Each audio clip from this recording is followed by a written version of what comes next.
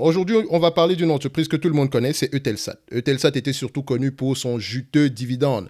D'accord. Donc, selon ici, cet article de Zone Bourse, on dit ceci. Eutelsat chute en raison des interrogations sur la politique de distribution. Vous voyez, c'est que l'action a chuté de moins 16% aujourd'hui. À l'heure à laquelle je tourne cette vidéo, on est à 7,14 $. Et il y a quelques temps, j'ai fait une vidéo sur Eutelsat. Nous étions le 13 du mois de juin et l'entreprise située aux alentours de 10,57 $ quand je faisais la vidéo. Allez suivre cette vidéo-là. Je dis déjà à cette période-là que ce dividende-là n'est pas safe. Et également, l'entreprise devrait plutôt se concentrer au remboursement de la dette et au réinvestissement afin de pouvoir redémarrer la croissance des revenus. Parce que quand quelqu'un arrive sur cette compagnie, c'est la première chose qu'il remarque généralement. Vous savez que sur Top Invest, je vous demande toujours de regarder la stabilité ou la croissance des revenus. Vous pensez que c'est pour rien? Franchement, excusez-moi, mais je vais parler avec un ton un peu, je ne dirais pas moralisateur, mais c'est parce que ça m'énerve en fait. Ça m'énerve que les gens puissent payer de l'argent sur des compagnies pareilles. Je peux encore comprendre que vous puissiez payer de l'argent sur d'autres entreprises. Je ne dis pas que Eutelsat est une mauvaise entreprise, mais je dis une chose, si vous y avez investi pour le dividende, j'espère que ce qui arrive présentement, et si vous perdez de l'argent, j'espère que ce qui arrive présentement vous sert de leçon. D'accord? On appelle ça en bourse généralement les frais d'apprentissage. On apprend à la dure. D'accord? Donc, regardez cette entreprise. De 2016 à peu près 2021, on a une perte de revenus. On est à 1,5 milliard ici, 1,2 milliard ici. Un investisseur se pose la question, pourquoi?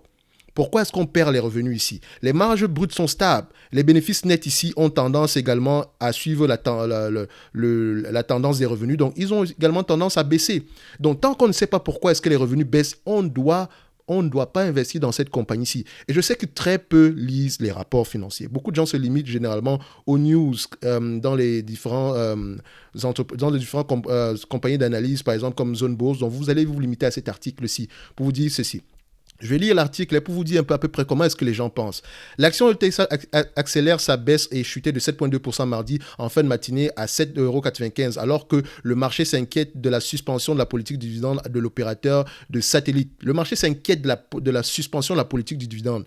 Pourtant, le dividende en lui-même n'était pas déjà safe avant. Et on l'avait déjà vu. Vous savez qu'on prend toujours en considération la dette ici. Et nous, avec la dette de cette entreprise-ci, maximum, c'était 15 $. Et j'avais me dit qu'à 10 $ déjà, je pense qu'on est déjà assez à un niveau très élevé. Et questionner la politique de dividende en elle-même parce qu'il est prioritaire que l'entreprise rembourse sa dette.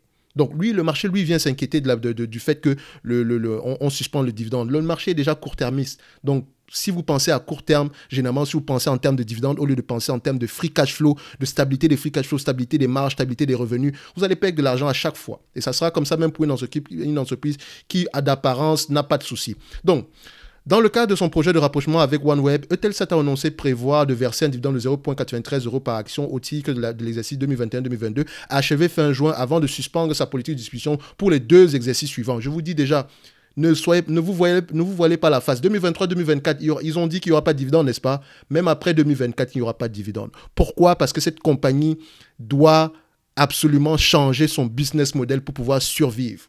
Elle ne peut pas continuer à distribuer des dividendes. Elle doit rembourser la dette, d'accord, et investir massivement dans son infrastructure. Et pour ceux qui savent, les satellites, ça ne coûte pas $1. Hein. Et dès le moment où vous envoyez un satellite en orbite, il faut déjà lancer la recherche pour les nouveaux afin de le remplacer parce que la technologie change rapidement. Il faut toujours faire ce qu'on appelle de la recherche et développement. Et c'est très important. Il faut toujours avoir assez d'argent pour pouvoir développer le satellite le plus puissant qui peut vous permettre d'au moins maintenir vos marges. OK? Et ici, cette compagnie-ci pratiquait ce qu'on appelle une fuite en avant. Une fuite en avant, pourquoi est-ce que je le dis? Regardez une chose. On a une entreprise, la différence entre les free cash flow et les bénéfices nets ici, c'est généralement aux alentours de la dépense en capital. OK? En termes de bénéfices nets ici, la seule chose qu'on va enlever, c'est la dépréciation amortissement. Et cette dépréciation amortissement, théoriquement, elle est considérée comme étant celle qui va servir à la dépense en capital. Mais ce n'est pas tout le temps comme ça dans toutes les industries. Mais dans le cas de cette compagnie-ci, la dépréciation et amortissement devraient être utilisés en totalité pour la dépense en capital. Donc, je vais vous montrer un exemple ici. Donc, je vais juste actualiser la page pour qu'il me donne quelque chose ici sur lequel je puisse travailler. Donc, voilà. Donc, je prends ici CAPEX, copier, et je prends ici dépenses en capital. OK. Alors, pourquoi est-ce qu'il ne le prend pas? Alors, je sais pas ce qui arrive ici aujourd'hui. Donc, je vais fermer ça. Peut-être qu'il ne peut pas mettre plusieurs choses au même moment. Donc, on va aller mettre dépenses en capital. Alors, Bon, c'est pas grave, on va le faire manuellement, parce que je pense que vous le voyez ici. Regardez, nous avons une entreprise qui provisionne 430 millions ici pour la dépense en capital. Elle dépense 440 millions. Nous sommes en 2014, d'accord? En 2015, elle provisionne 497 millions, elle dépense 457 millions. En 2016, elle provisionne 514, elle dépense 390. Donc, il lui reste de l'argent. Elle provisionne 548, elle dépense 393. Ici, elle dépense 299 alors qu'elle a provisionné 500.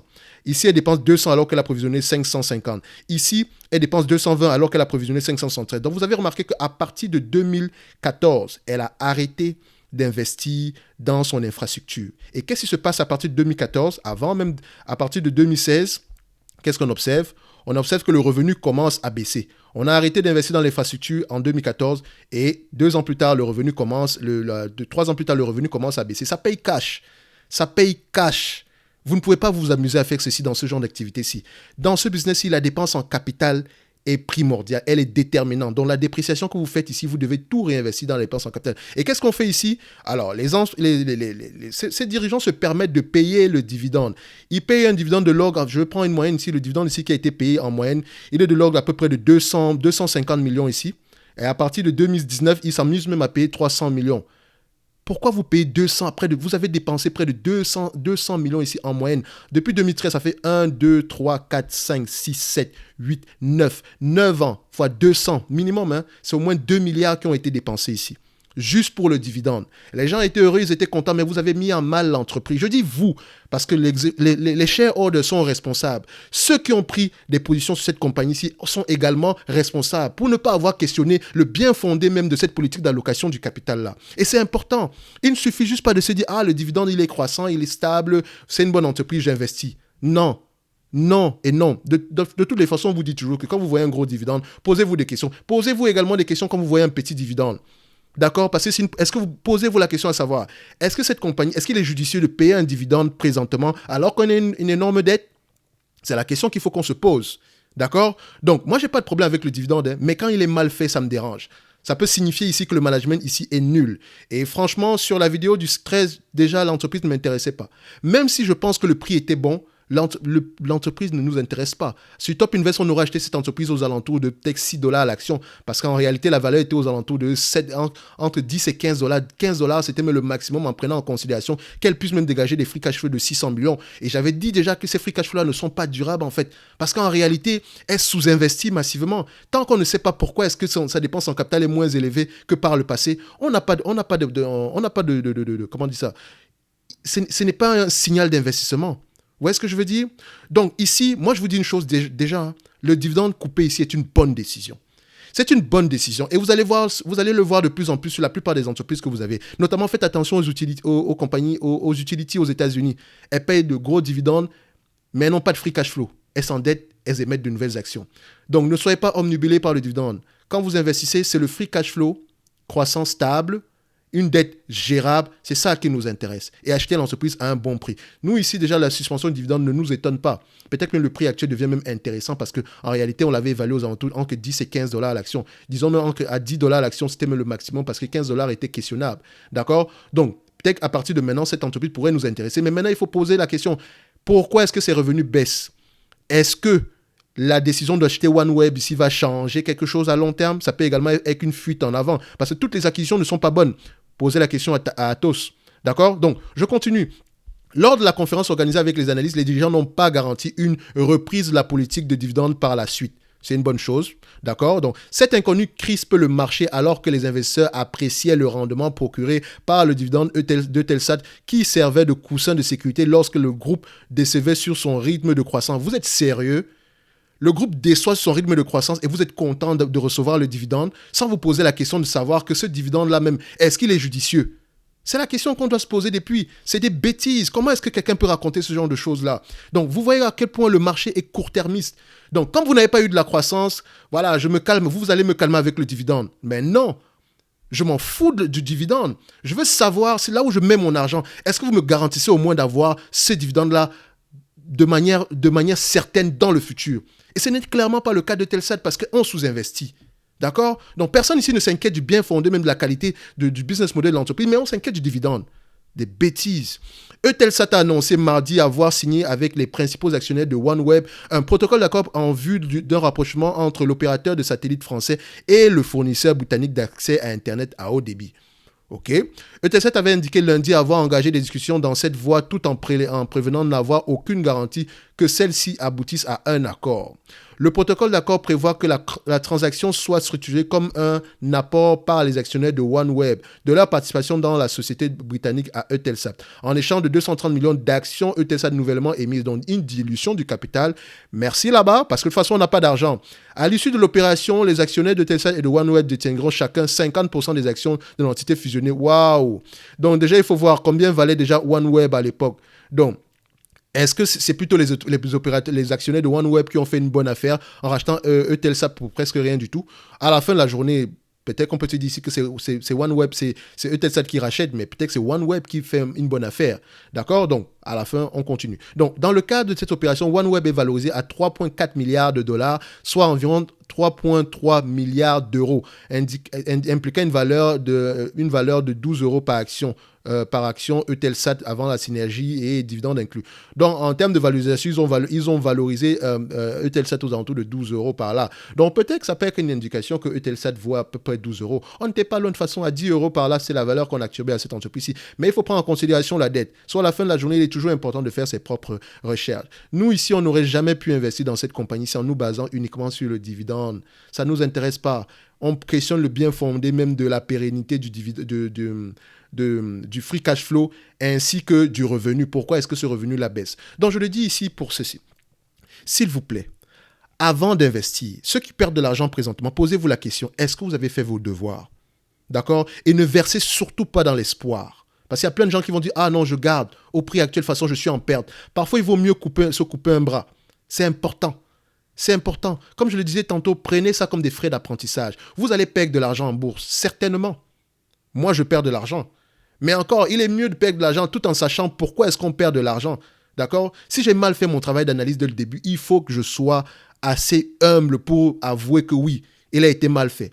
J'aurais dû vérifier ceci. Donc, posez-vous la question. Avant de revendre même vos actions Eutelsat, prenez les rapports financiers, lisez-les du début à la fin. C'est chiant, mais c'est ça votre avantage compétitif. Vous pensez que les Warren Buffett gagnent de l'argent comment? Ils ne passent pas leur temps à regarder uniquement des chiffres, ils passent leur temps à questionner le bien fondé de la pérennité de l'entreprise, du business model de l'entreprise. Est-ce qu'elle a des avantages compétitifs? C'est ça qui nous intéresse. D'accord? C'est pour ça que sur Top Invest, je dis toujours, achetez uniquement la qualité à bon prix. Des gens qui font du DCA sur ce genre de compagnie. Personnellement, je vous ai toujours dit, le DCA, faites attention, on achète uniquement parce qu'elle est sous-évaluée et non parce que le prix baisse. D'accord? Donc, pardon. Ça me dérange ici aujourd'hui de faire ce genre de vidéo. Ça peut sembler moralisateur. Non, je ne veux pas que ce soit le cas. Je parle avec mon cœur. C'est souvent ça qui fait défaut. Donc, s'il vous plaît, lisez les rapports financiers. Le dividende n'est qu'une politique d'allocation du capital. Si vous avez une compagnie extraordinaire, elle va vous verser un dividende. Google va vous verser un dividende. Je vous dis la vérité, ils vont vous verser un dividende, c'est une évidence. Parce que c'est une politique d'allocation du capital. Et si vous regardez même aujourd'hui, ils vous versent déjà un dividende en termes de rachat d'actions. Le rachat d'actions augmente le bénéfice net par action. Et encore, vous avez une entreprise qui est de croissance. En date d'aujourd'hui, si Google vous verse la totalité de ses free cash flow en dividende, vous aurez un rendement d'au moins 5%. Déjà aujourd'hui. Et rajouter à ça une croissance au moins de 15% en moyenne sur les 5 prochaines années ou de 10%, ça peut représenter un 10% de rendement. Mais beaucoup de gens ne vont pas y investir parce qu'on ne voit pas les dividendes. Mais regardez, c'est une politique d'allocation du capital. Je ne suis pas contre le dividende, mais je suis contre un investissement qui se base uniquement sur le dividende. Non, il faut vous baser uniquement sur la rentabilité des free cash flow, la pérennité des free cash flow. Parce que ce dividende-là, tôt ou tard, il vous sera versé. Même s'il représente 1% ici aujourd'hui, la croissance en date d'aujourd'hui, il a le potentiel d'aller déjà à 10% parce que vous l'achetez à un free cash flow yield plus élevé. D'accord? C'est comme ça que je veux qu'on change. Il faut qu'on change la façon de penser. C'est important si vous voulez réussir. Donc, prenez ça comme des frais d'apprentissage. Aujourd'hui, certains vont payer 1 000 euros, 200 $, etc. Qu'importe la somme que vous allez payer ici, quand bien vous arrivez sur ce genre de compagnie, quand vous allez voir la vidéo, je dis ceci. Si j'étais même obligé d'investir dans cette compagnie-ci, j'aurais mis uniquement quelque chose qui ne dépasse pas 2% de mon capital. D'accord? Pas plus que ça. Regardez l'évaluation qu'on avait faite ici à 10 fois les bénéfices. Ici, on était tombé à une évaluation aux alentours de entre 10 et 15 euros. par là. Et ça, c'est même en prenant en considération le 500 $ ici en termes de free cash flow. Or, je vous ai dit que les free cash flow ici pourraient même être aux alentours. Si on regarde bien, ce sont des free cash flow qui sont aux alentours de 300, 350 $ à l'action. Et ils tendent à diminuer. Donc, faites attention à ces free cash flow-là. Faites attention. Donc, ici, je dis ceci. Nous avons ici une compagnie qui a pris la bonne décision en coupant le dividende. C'est une bonne décision. C'est une bonne décision.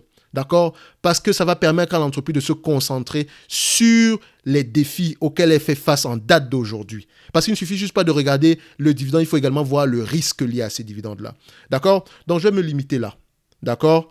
Tout le monde perd de l'argent. Mais il faut savoir pourquoi est-ce que vous perdez de l'argent en bourse. Ne versez pas dans l'espoir. OK? Lisez vos rapports financiers.